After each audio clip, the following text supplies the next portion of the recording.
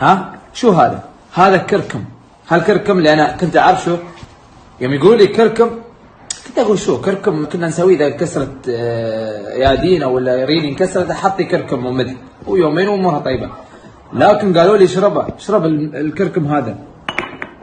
امس اول يوم، من امس لليوم انا الكحه ما اعرفها. والله اتمنى هالفيديو يوصل لكل شخص يعاني من الكحه. جرب الكركم اخواني. هذه طريقه الكركم لعلاج البلاعيم، لعلاج الصدر، لعلاج الكحه، كل شيء يفيد. شوف كركم بهالطريقه لا تزيد، تحطيه هني. الملح بهالطريقه لا تزيد. عقب شو تسوي؟ تجيب ماي حار موغر، تكون موغر ماي حار وتصبه. حلو. عقب تمكس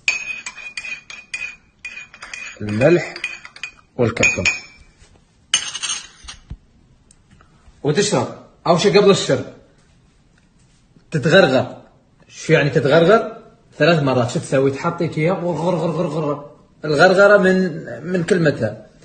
تسوي بهالطريقه 3 مرات وتطلع برا. بعد ال3 مرات تشربه 3 مرات، 3 يمغات. يمغى اولى، يمغى ثانيه، ويمغى ثالثه. تستعمل هالكركم هذا تستعملونه على الريج. اول ما تقوم الصبح كركم وملح وماء ساخن وخلطهم. اول شيء تغرغر 3 مرات وبعدها اشربه 3 مرات، مو بلازم تشربه جلاس كامل. نفس العمليه تسويها قبل لا تنام. كركم وملح وماء ساخن وخلطهم، تغرغر وعقب اشرب.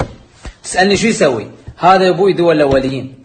هذا يعقم البلاعيم، يعقم صدرك، يشيل الالتهابات اللي في بلاعيمك، يشيل الالتهابات اللي في صدرك.